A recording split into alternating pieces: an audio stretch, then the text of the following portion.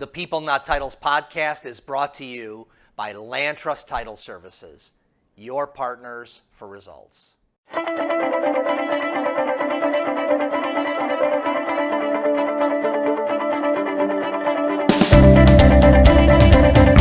hello, this is Steve Kaempf with the People Not Titles podcast, and I'm here with Michael Anselmo. Michael is the owner of Anselmo and Wojcik, a Chicagoland law firm that handles real estate and has aspirations to do much, much more. Correct. Michael, thanks a lot for being a part of our podcast today. No, thank you for having me. Very excited to be here. I do a lot of work with you and your company, and it's just, you've supported me as I've grown. I like supporting you guys, and anytime I have any opportunity to collaborate with you and this organization specifically, I jump at it. Awesome. Well, Michael, one of the exciting things about us getting together is how much Anya, your rep, how highly she thinks of you and just says he's a fun guy, he's so interesting, all this. So, hey, here we go, no pressure. So, Michael, let's talk a little bit. There's a lot of people that watch our podcast that really, they're either starting off on their career journey, they might be stuck, or they might be looking for the next level. Yeah. And so I think your journey is really interesting, and I think we'll find a lot of insightful ideas and help people with their next strategic move. So you started at U of I undergrad, and when you decided, hey, I want to become an attorney, what was that moment like for you? Was that something you had in your mind the whole time? The moment, what was that? That's a great question, because I don't think I was given a choice. Okay. My dad's an attorney, my uncle's an attorney, my sister, my cousin, everybody. So did you just go, that's what I'm going for? Yeah, I think I had 2 rebellious years where I said, no, I'm not going to do this. And how old were you during those rebellious years? Oh, right after college. Okay. Yeah, I was 21, 22. Okay. I actually, which just so happened to help out, I was a loan officer. Okay. Which became very useful for what I do now, seeing that part of it. So I didn't even know at that time, that was just an opportunity that fell into my lap. But it really gave me a good perspective on the entire transaction. So after your 4 years, you came home and said, did that make your family cringe? Like, what is this guy doing, becoming a loan officer? A lot of stuff I did during that period made my family cringe. But sure, we can stick with that being one of those items. Yeah. Yeah, I don't think they were thrilled about that. But to their credit, my parents always thought I was going to do really well whatever I did. So, yeah, I'm not surprised. Yeah. That's great. So they backed you even though they had some hopes, they had some dreams, they felt like they had to die to it. So was that like idea done out the door, and then you kind of resurrected the idea of going back to law school? I like to say that. Okay. To pretend like I really knew what I was doing at the time. Yes. Retrospect, I think it's obvious that I kind of, like I said, was almost rebelling against myself as well. Okay. Thinking I need to look at other things, and this set path has always been there. I never felt comfortable. I would go to closings, I would talk to attorneys, I would sit in any one of my family members' offices and think, what am I doing? This is where I need to be. This is where I've always thought I was going to end up. But I'll say is you've seen now, and I still like to say with the infancy of my career, it turned out right. Yeah. It turned out right. I'm happy with how. Yeah, and so taking that, sometimes if you just take the path that everyone expects you to take, even though it is your path, you don't feel like it's your own. Correct. But to reject that even for a moment and to do some other things and then to really choose it yourself, I think is more powerful. Correct. Yeah. And, I think law school or not, there are some people who are just absolutely born and ready to jump from school to school to school to school. No problem. I don't think I was one of those. I think I was a little burnt out with it, and I think I did a lot better in law school in the next steps because I had a little bit of time off, and you started to appreciate the learning aspect of it. Yeah, the opportunity to learn again. Yep. So now there's a lot of great law schools in Chicago, but you chose WashU. Correct. What had you come to that conclusion? Money. Okay. WashU is still, it's a top 14 school. So that's, they're a ranking school, and T14 are, tier 1, right? Yeah. I did well enough that I didn't have to pay the entire thing, and went to the campus, love the campus. If you haven't been there, it's beautiful. Very. I know they're going for kind of an East Coast Gothic thing in the Yes. Midwest, kind of like Yes. University of Chicago, and Yes. I think they pull it off really well. And just the people I met when I was quote unquote interviewing down there, just really enjoyed it. It felt natural. Okay. So 3 years there? Correct. Okay, and then back home. And what was your next move when you got home? Was it no doubt that now that you established yourself as an attorney, were you going to get into real estate law? Yeah. Okay, so that Always was with liked- yes. that was in your mind. Yes. Always liked real estate. I've had countless professors, countless attorneys post law school telling me I should do litigation, courtroom stuff. Personality. I think that's where they're Yeah, going yeah, with it. And I appreciated it and thought about it, but it just wasn't me. Waking up and fighting every day. The someone other wins, person, someone loses. right? And the value of real estate, not only just trying to collaborate to come together to an end project, but I do residential and commercial, but just having this tangential product at the end, whether it's the new home for your client or it's a new building for a commercial client, right? That was very cool to me, to be able to drive by something, look at something and say, yeah, I was part of that. Absolutely.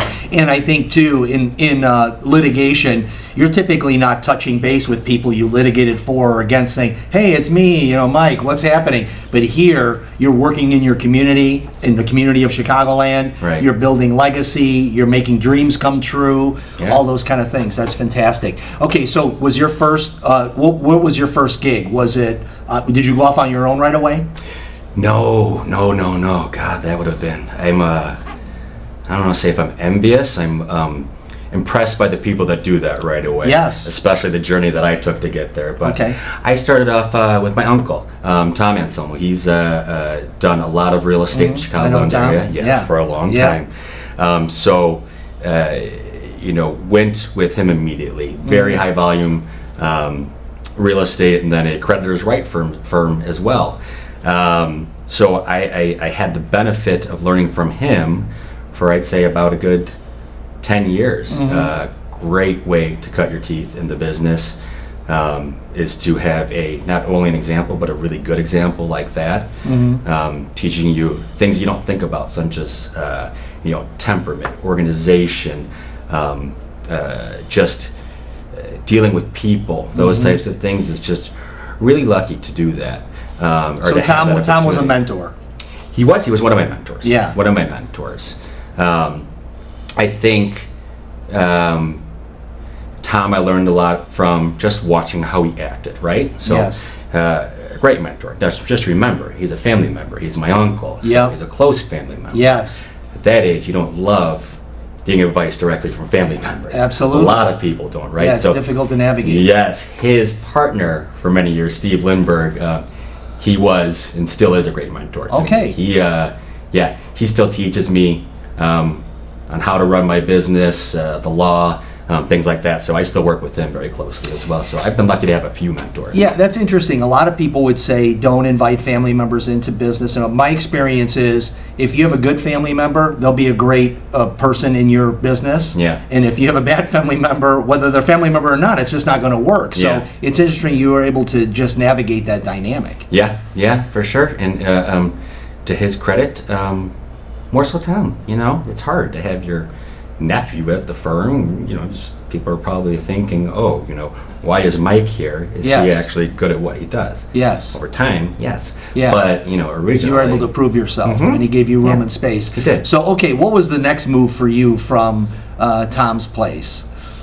So, after, I'd say about 10 years there, another opportunity jumped up, another real estate firm that's also a creditor's rights firm. Had a relationship from conventions and things like that we went to together.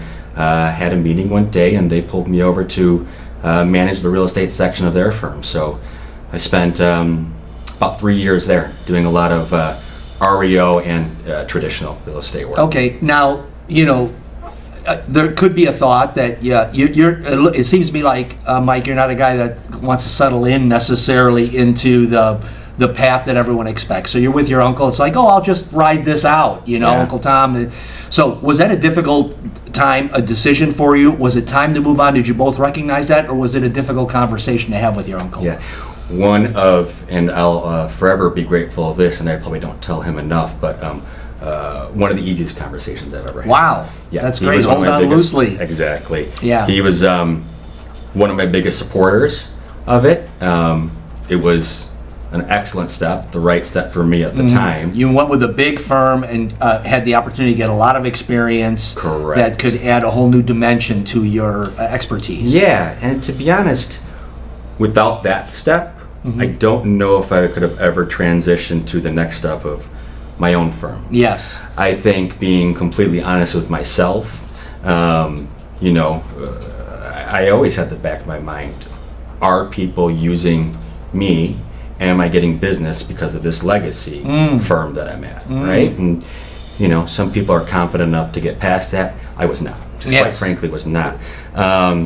So doing the next step and going to another firm where it was still a safe spot to be. Yeah. There was business coming in. Right. But then seeing that business following me and seeing people said, okay, we do want to work with Mike, that was excellent. Yeah. That gave me the confidence then to do what I'm doing now.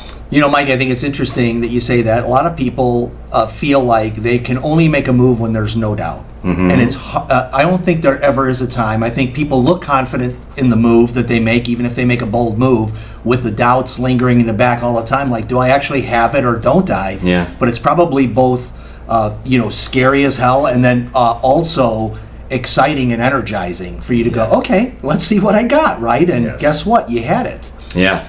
It's energizing for sure. I don't think people understand, for anyone that wants to think about doing something like that, I want them to know, definitely energizing. And my solo firm, or my own firm, I should say, it's not solo.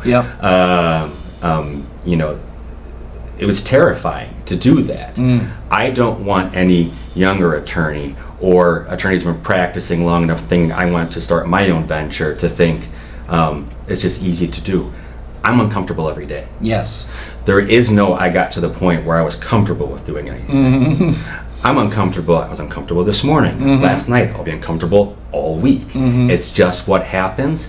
But over time, I'm still learning that's not a bad thing. Yeah. It's really not a bad thing. Yeah. Yeah, living with the kind of uncertainty and discomfort of not being in control of everything, but only trying to control the things you control. Yes. So at one point, Mike, you went from person who does real estate transactions well to leader.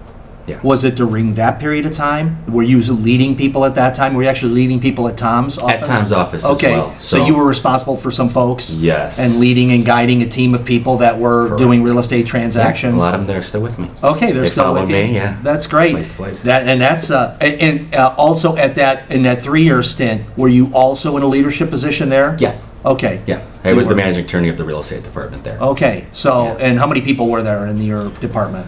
Oh, geez, there was probably around 30 or so. Okay, 30 people, so that's substantial. Yeah. And so now you're learning leadership things. So who'd you look to for a mentor for leadership? Was it still Steve Lindbergh? Steve Lindbergh, yeah. Okay. He's always... and can you still tap in today? I still do. Okay, you still do. That's great. No, he's retired. He does some volunteer work. Okay. But he takes my calls. We meet once a month for breakfast or lunch. And is it like Lincoln Lawyer there? Have you ever seen where he meets with Elliot Gould every now and then? Yes, that's what it is. Yeah, exactly. To get the secret insights. Right. Okay, so you're there for 3 years. Is it a meat grinder? Are you just like, I can't do this for the rest of my career? No, I'm still doing the same thing. It's always the meat grinder. If you are, for better or worse, if you are doing successful, in my opinion, in residential real estate at least, it's got to be meat grinder. Yeah. It's high volume. You're high volume. A lot of transactions, a lot of dates, a lot of everything. You have to watch it all. Yeah, it's very procedure, process, and personality driven. Yeah. I think those 3 P's are 3 big things that I've taken with me from place to place, and which has just helped us be successful. Yeah, and Mike, it's one thing to have your law degree. It's another thing to be an entrepreneur. Correct. There's a whole different degree in that way. And so you're learning to be an entrepreneur. When did you say, okay, now's the time I'm going to go off on my own. You watched your uncle, you played in the big corporate space, Yeah. and now you're like, okay, I think I can do this, or I hope I can. I think, again, seeing over time that business was following me, and that it was because of not just me, but the way I was doing things. I really felt confident that I could start something, and I had bigger ideas that I couldn't implement at any other place that I was at. Just ideas that I knew that I wanted to do to grow, that I needed no barriers or restrictions on. Just. Yeah, and so we talked about your wife before, and Right. so I want to talk about that story about how you met, okay, and Mike, because it might be the only time it ever happened, but let's talk about that just a little bit. How'd you meet your wife? Yeah, she loves when I tell this Oh, story. this is great. It's just so, hey, it is what it is. She never denies it. Okay, she agrees. that's We were great. just, she was getting her master's, and while she was doing so, she was working as a bartender at Granite City over in Naperville, which is near where I live, right? Yep. So one day after work, a bunch of my office went to happy hour to get drinks and appetizers and all that type of stuff.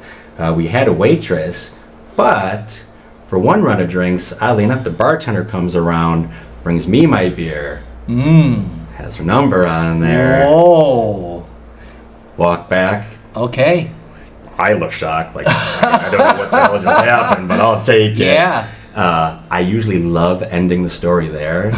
If she was here, in fairness, she will say, I got off 15 minutes later, and he was so uncool, he texted me 20 minutes later. Oh, okay. To defend her, I gotta say, I did not play it cool at all. I was like, this is Why awesome. play it I cool? just got Let's this go. far. Let's not do this. Yeah. I did, she didn't know this, but 2 years later, when I proposed, I still had the receipt, so I proposed on that receipt. Oh, bro, So I did that's a keep smooth it. move. I love did it. keep it, yeah. That's great. What a great story. And so the reason I bring your wife into it is, as you're going into business, is there other buy-in that you need to get from your family members or whatever it is? Like, was your wife on board with this, saying, "Hey, I think you can do that"? Was she your champion? How did that work out in the home? Yeah, it's yes, she was definitely 1B champion. I would be remiss if I did not say it was my mother that was 1A. Wow.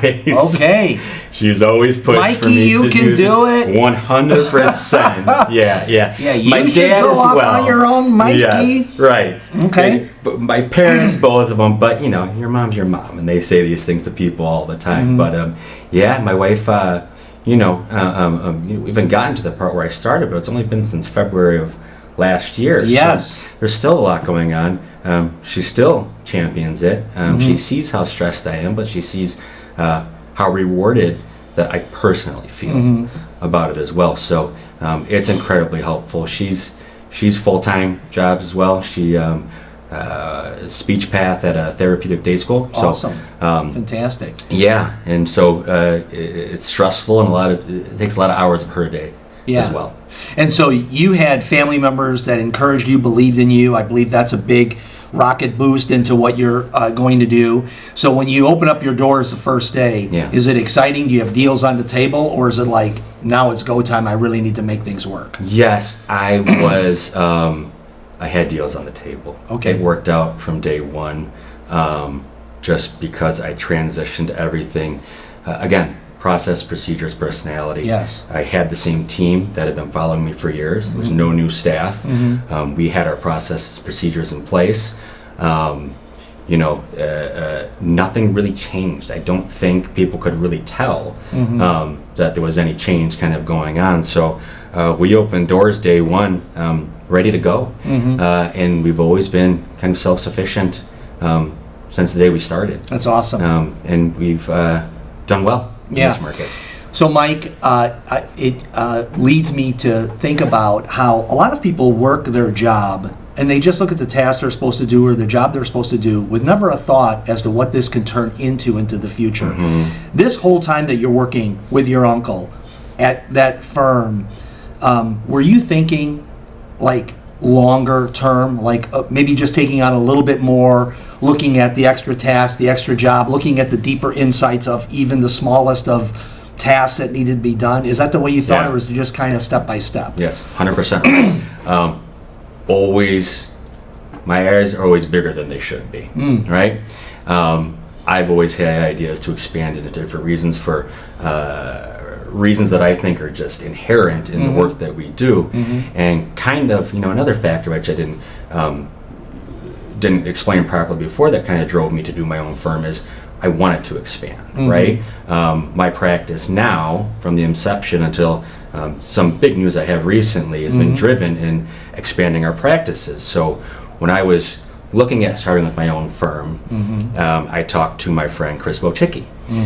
He is another attorney, but his main focus is he's an accountant, right? And so I used to refer a lot of my clients to Chris. I used him as a client, or I'm sorry, I was one of his clients, right? So I said, Chris, I'm going to need you to help me, financially planning this, tax-wise, and all this type of stuff.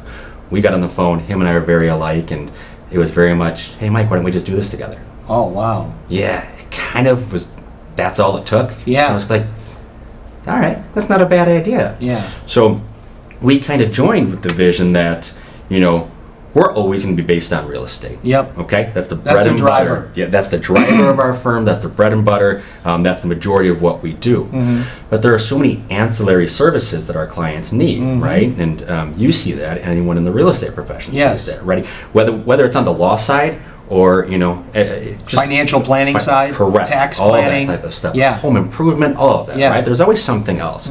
So the natural fit for Chris and I was, I have a lot of investor clients. I have a lot of individual clients. We do tax planning, right? We do estate planning for all of our clients now. I do a lot of corporate business law. So a lot of my investor clients, setting up entities, LLCs, governance, dissolutions, all that type of stuff, right? Whatever they really need, it kind of went hand in hand. So we always started the firm knowing, hey, we're not going to just focus on real estate, but we need to keep growing and expanding into other areas that are going to help our clients and really make us more useful to them than I have been. Hey, thanks for listening to the People, Not Titles podcast. We are brought to you by our great sponsors, Land Trust Title Services, your partners for results. Than I have been in the past or any other point. Yeah. Right? I'm providing another service for them. That's great. So, that's always been our goal, and we're kind of pushing with that goal. Yeah, so you're a visionary in that sense. And it's one thing, though, Mike, to look at it and say the vision for the future, but every day there's a transaction to be done, right? Correct. And so when we look at that, and I think that you've done a great job of an eye on the future, but at the same token, very in the present in terms of each deal is the most important to the buyer, the seller, the attorneys, the agents that are hustling up these transactions. You know how important it is to get each one across the goal line. What allows you to be present in the moment and still is it time management? Is it prioritizing?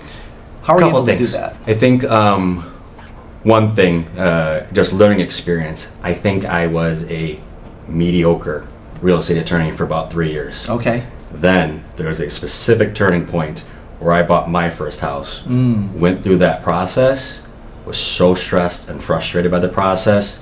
It gave me a first-hand view of what the home buyers are going through, and the agents, to be honest. Simple stuff like I would send out an inspection letter, my own property, right? An hour later, I wouldn't have a response back. What do you mean? What's going on? Yeah. Why am I not getting anything back? Aren't you waiting for my letter just sitting at your desk? I should have a response back immediately. Now, I tell clients, we need to give everybody 2 business days. But I get it now. I get that feeling of, I don't want to sit there with letters. I just want to sit down and talk to someone and get this done with immediately. Let's just push this forward. So that was very big. It gave me a lot of perspective from the client side, right? I think something I specifically do, I suggest this to a lot of my friends, not just attorneys, younger attorneys who are just starting off especially and are finding the stress too much to take. I think there's and you can find a lot of these things, but I think there's a great app called Headspace. I've used it since its inception. It's guided meditation, right? And it used to be pretty basic about, I think it had to be about 13, 14 years ago. Wow. Now it's turned into this it's phenomenal. Yeah. It's phenomenal. They have this, it's just very well done and put out. So you are a meditator. You take time. Yeah, and so to clarify, so anyone who is nervous about jumping into that or scared about what that is, I don't sit in a room like this and all that. It's which is okay too, by the way. It's no problem at all. But Absolutely. I that was my thought. Yeah. Go sit in a room. Yeah. Go to Costa Rica, drink mushroom tea. Correct. No, this is just. I put my earphones in. You can't sit in a room, and it just kind of. Now it gives you like a little daily thought and then some guided breathing. That's great. Which, outside I'm a of... believer in that as well, by the way. Yeah, very good. Yeah. So, you try, like everything, people try to exercise every day.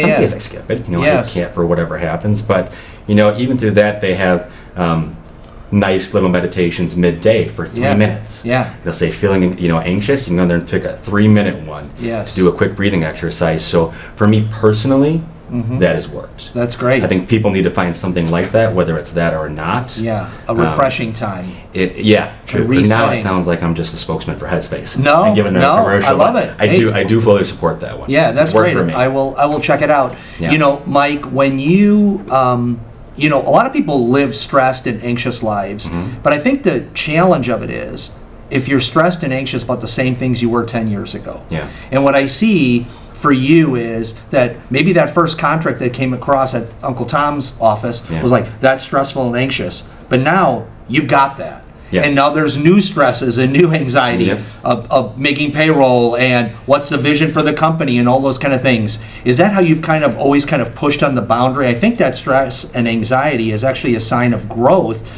that you're going into new territory, and then you manage that. You actually become confident in that, and then there's a new mountain to climb. Is that how you're managing your life kind of thing? Absolutely. I don't want to say over-stress and over-anxiety is a good thing. Right. But it's constantly there for me. And it's because I'm not comfortable just settling where I'm at. Some people are, and that's okay. That's not where I am at. I once I feel like I'm too comfortable with something, I find myself just naturally, whether consciously or not, looking for the next thing to try to add on to whatever I'm doing. So and what that looks like probably to your agents and your clients are, I'm always trying to find a new way to serve. Or maybe I'm trying to find a new automation, a new value that I can add to you. Just like you were saying, hey, I had this experience with a real estate transaction. I want to make it better so that it's better than what I had. Yes. And so you're always looking to improve. I love it. I think it's important, and I think it's shifting kind of to the brand of Mike Anselmo. We were talking about, you're like, my agents want to work with me. And what is the brand of Mike? When they get you, what do they get? Yeah, I mean, so if you look in a very internal, very Mike-focused way, and there's two parts to this. It's I'm very open. Everybody has my cell phone. I don't know what my office line is. That is no joke because I don't check it. I don't use it. My clients have it. My agents have it, for better or worse, and sometimes for worse. I tell them they can contact me at any time, and they do, right? I'm very open with it.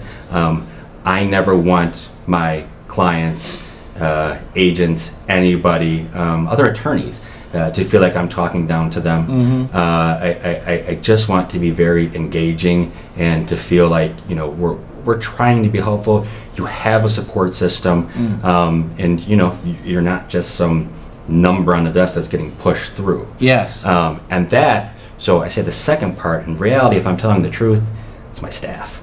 Okay. They're so much better than me. I'm a big idiot. They make me look good. Well, so I hear accessibility, and I hear delegation, and putting the right people on the job so that you can get the job done right. Yes. And there's humility in that. I can do it all, and you can't do it all. Guess what? And you found that out a lot quicker than most. I think the average time, so I've been doing this about 15 years, I think the average time someone's been working for or with me at times has been a little over 10 years. Wow, that says something. Yeah, never gotten rid of anybody. I just think, in any profession, there's always people who know more than you based on experience alone. I can go and read all the books that I want. I have paralegals who've been doing it longer than me. I will flat out say I go to them and ask them questions. I'm so impressed with my team. I get feedback about it all the time. And I think we just have, part of it's just our great work environment that we kind of foster that just, keeps that friendly, knowledgeable, open experience with our clients and our agents. That's awesome. Yeah. Mike, so when you're an entrepreneur, you're a thinker, you're a grower, you're a dreamer, and then you have this young family that you're trying to shepherd. How do you balance work life and family life? I don't know, you tell me. I need some help there, buddy. Yeah. I don't know, it's... And you might not do it right, but how are you trying to do it? I'm not great at it right now. Again, it's been almost a year and a half, so there's been more demanding stuff for me than ever. I'm also a yes man. I am on the for Main Street Organization of Realtors. I'm in the Attorney Broker Committee. I'm in the Young Professionals Network. I was the chair of the DCBA Real Estate Committee. I'm in IRELA. ISPA, there's a national organization called the USFN. I was the chair of the REO and Eviction Committee. So you're a busy I'm guy. But now on the opposite side of that, I'm on the board at my kid's school. On Fridays, a huge advantage of running the firm, every Friday, it's the busiest day for closings, from 11 to 12, which doesn't take much time. I am the quote-unquote lunch lady at their school. So I do the hot lunches over there. My office knows, during the school year, don't schedule closings, at least for me. Yeah. We have 5 other attorneys at the firm to put them Yeah. there. So you try to get involved any way you can, really. It's just you got to find the time for things. And it's hard, so you got to be creative. But, that's what I'm doing at work anyways. Yes. It's being creative. So Yeah. just got to translate that to the family as well. Mike, any new mentors in your life now? New mentors? No, not really. Okay. I tend to rely on the old, reliable, old faithful ones that have worked for me. People who are farther ahead of you. Yeah. I read a lot, never fiction, nonfiction, and I'll kind of absorb stuff that I'm taking from there. Abraham Lincoln can be a mentor if you think of his book. Yes, so it depends on, I love that. There's the traditional sense of mentor, or an author could be a mentor at the same time. So absolutely. Yeah. Mike, so we had, shifting into just kind of the nuances of real estate before we talk a little bit about the vision of your firm in the future, we had the NAR settlement. We had, there was a lot of fear, a lot of kerfluffle. Yeah. Is it much ado about nothing, of ultimately when it all shook out, about the buyer's commissions and those kind of things? I'll be careful in saying with how it affects me personally. Yes. Right? And my opinion, I said this before this. I said this right before the CFPB changes. Remember, my career has only been around for 15 years of this. A big change caused a big panic that I said before both. I don't see a huge issue coming down the line. Yes. CFPB and the TRID changes did not. Right. I don't think they did, at least. Again, not talking about anyone else's experiences, but mine personally and I lived through that as well. Yeah, right. And if you remember how much everyone was panicking about that. Yeah. And there's actually a couple of big benefits that I saw that came out of the change, some preparation before the closing table and all those kind of things. Completely agree. Yeah. And I spoke on a couple national panels on that, so that was a big issue for me. With this one as well, it's still semi in its infancy. I think it's working better. Yes. There are certainly some things I like about it. I understand some objections to it. I'm going to find that with anything, of course, right? I see a lot of benefit. I see a lot of the realtors that I work with that took it seriously and have navigated around it and have taken the next step of kind of describing their value benefit to their clients, which on the buy side for sure. On the buy side, right? Yes, on the buy side. I should clarify. They're getting a lot more business. Yeah, they're looking at it, seeing this as a positive, which I do as well. Yep. And I like it so far. Yeah, I do too. Same thing. I was also a big proponent, a little off topic, but it kind of combines part of the NAR settlement with the 8.0 came about. I even saw not just brokers, but attorneys. Yes. Change happened. That was it. Yep. I saw 8.0 and my thought was, love this contract. Yes. It's easier to read. I think it explains, as best as it can. Yeah. And for whatever reasons, over the years, brokers' faults, attorneys' faults, everybody's faults, as is was taken to mean something that it truly didn't mean. I think Sure. 8.0 does a really good job of kind of clarifying that. Yeah, now. parsing that out. I never, I'm always prepared for something, the worst happening, let's say, but I never panicked with either. I thought it's pretty okay.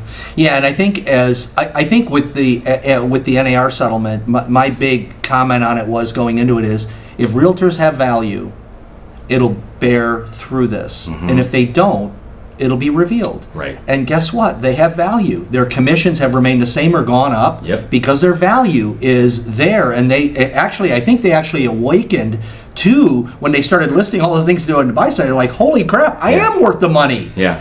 Where they used to hide behind the seller pays for me and blah, blah, blah, blah, blah. Now you're dedicated to a buyer's agent. Right. You pick one because of their expertise. And so it seems to me like the transaction shifted to the ones that were really good, and I think it's healthy for the market. Yeah, and I do think it was a great impetus for those discussions happening, for training from leadership to 100%. come down and happen, for people taking that next step on their own and thinking about it. So yeah, I overall view it as positive. Yeah, and plus it seems, because there was that big narrative of, the seller didn't know. Okay, the seller always knew, and it comes out that when all the dust settled, it's kind of how the market's operating is how they were operating before, which says there wasn't this conspiracy or monopoly or whatever it was. It was really everyone doing business the way that the business is supposed to be done, kind of thing. Yes, and I will, very specific examples that I've seen. I think maybe like that first week or so, some stories ran on national news headlines, and I had some clients come in and try to get tricky and smart or whatever it is. Yeah, and I was like, all right, well, let's calm down. Settle down. That went away. I haven't seen that since. But what I have seen on 2 separate occasions now in the past year, 2 agents that I work with absolutely saved because they had a buyer's representation agreement signed, there you go. which they always should have, but people weren't always doing that. Yes. Right? Yes. Now they're required to do it, and it saved their commission. That's beautiful. It was an actual contract. I was like, this is a benefit. This is huge. Yeah, so that's great. Yeah. And then with the contract, I think spelling it out, I think most of the people who are very familiar with the contracts kind of walk through it and assume everyone knows, but you have the buyers and the sellers who aren't familiar. Right. And this just helps us to take the extra step of maybe laying out what was obvious to people that are working in it every single day, but not so obvious to the consumer. Right. And so I think those conversations just kind of greases the gears for the attorneys, the agents, everybody. So I think that that's a win as well. It was, and like I said, and kudos to everybody that was a part of it. But I think it's laid out in a way that it's easier to read and understand for the person who's never seen it before. Yes, absolutely. I'm with you on that. Okay, let's talk, just wrapping up, Mike, about the vision for the firm. Your vision is bigger, better, but better first, maybe bigger second type of thing. You're going to move into, are there new vistas that you want people to know about that you're looking to get into? Yes, this was great timing on this. Within the last week, we spoke before, I want to be somewhat of a one-stop shop for my clients, right? Provide the same service in different aspects. So that's why we do the tax planning. That's why we do the corporate entity work. That's why we do the estate planning.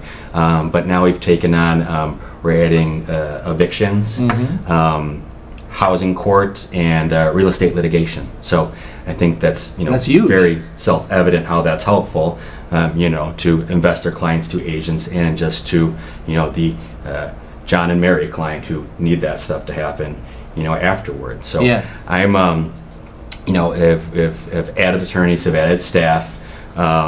Always just want to keep growing on that. So I can be a resource to everybody, but I'm also looking for other attorneys to join too. That's great. Whether it's other attorneys that want to not focus just on real estate, but feel like they don't want to the day-to-day pressure of running a law firm anymore and want to get back to actually practicing the law. So that's where I'm headed right now.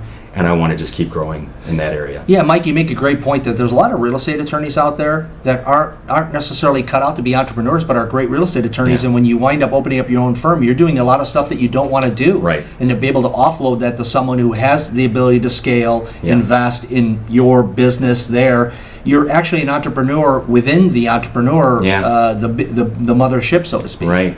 And not only, I don't even necessarily want to say not cut out to do it. Some people just don't want to do it. Don't want to. Or they've yeah. done it for so long, they said, I'm I've good had on enough. this. I Yeah. want to practice law again. Yes. I don't want to do this. So, you know, I'm looking to grow that way Yeah. and add those attorneys as well.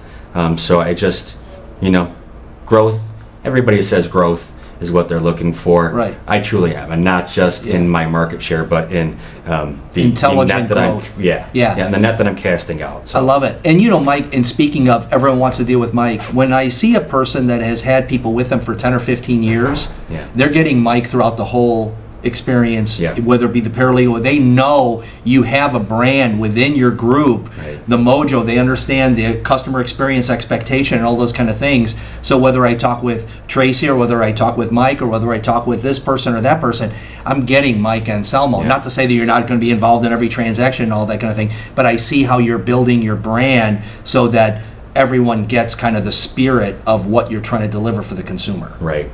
And we have our weekly, you know, one way to kind of instill that message. I truly don't think I need to. I just do this regardless, but we have a standing meeting on Tuesdays, and we start off with our big 3 points. You know, some of those are internal, but one of those is need to be friendly to everyone no matter what. I don't care how much the other side is stressing you out, bring it to me. And so that's just something, you know, and Steve, to be quite frank with you on this, that's not how I started. Yeah. I didn't. I Yeah. learned that over time is, Yeah. you know what's the saying? Attracting more flies with honey. And Yeah, all of that. absolutely. We're going to get the deal done quicker. We're going to get to the end result quicker if we do that. So Yeah. And I that's think it just makes one of work our- more enjoyable if everyone's It does. pleasant with that's the first the clients inside our office are, you know, sometimes where we begin. And if I can be happy and joyful within my culture, that bleeds out Yeah. into the consumer experience. Yeah. I'm fortunate enough that our staff, we hang out with each other on the weekends. That's great. Not every weekend, but Yeah. we have stuff. We do. We legitimately like hanging out with each other, and it's you know, as long as I keep that culture in the office, it's going to then be felt by our clients. Yeah, that's great. Well, Mike, I want to say thank you for your partnership with Land Trust. We appreciate that. It's great to watch you grow. Thanks a lot for sharing your story here. I think there are people here that are looking to make life decisions or wondering if anxiousness or needing to take a break or whatever is kind of normal. And we're hearing, yep, it is kind of normal. Yes. You do need to reset. You do load up on the energies of the workday, and you need to release that to move on to the next hill you have to climb. So I think a lot of people are going to get a lot of value out of this. Yeah, thank you. And to that, I just want to point out that I do have, for any attorneys that are watching, I do work with some younger attorneys that just are starting off and need help. I answer every question they have. Anybody should be able to come to me and ask those questions. I'm happy to kind of guide along on a more personal level to talk about what's worked for me and what hasn't. That's great. So Yeah. passing it along, mentorship. Yeah, absolutely. Great. Yeah. Mike, Steve, thank you. thank you, sir. Yep. People Not Titles podcast signing off. Hey, thanks for listening to the People Not Titles podcast. We are proudly sponsored by Land Trust Title Services. If you enjoyed the podcast, please hit the like button, please subscribe, and we'd love it if you'd share our podcast with your friends. Thanks a lot.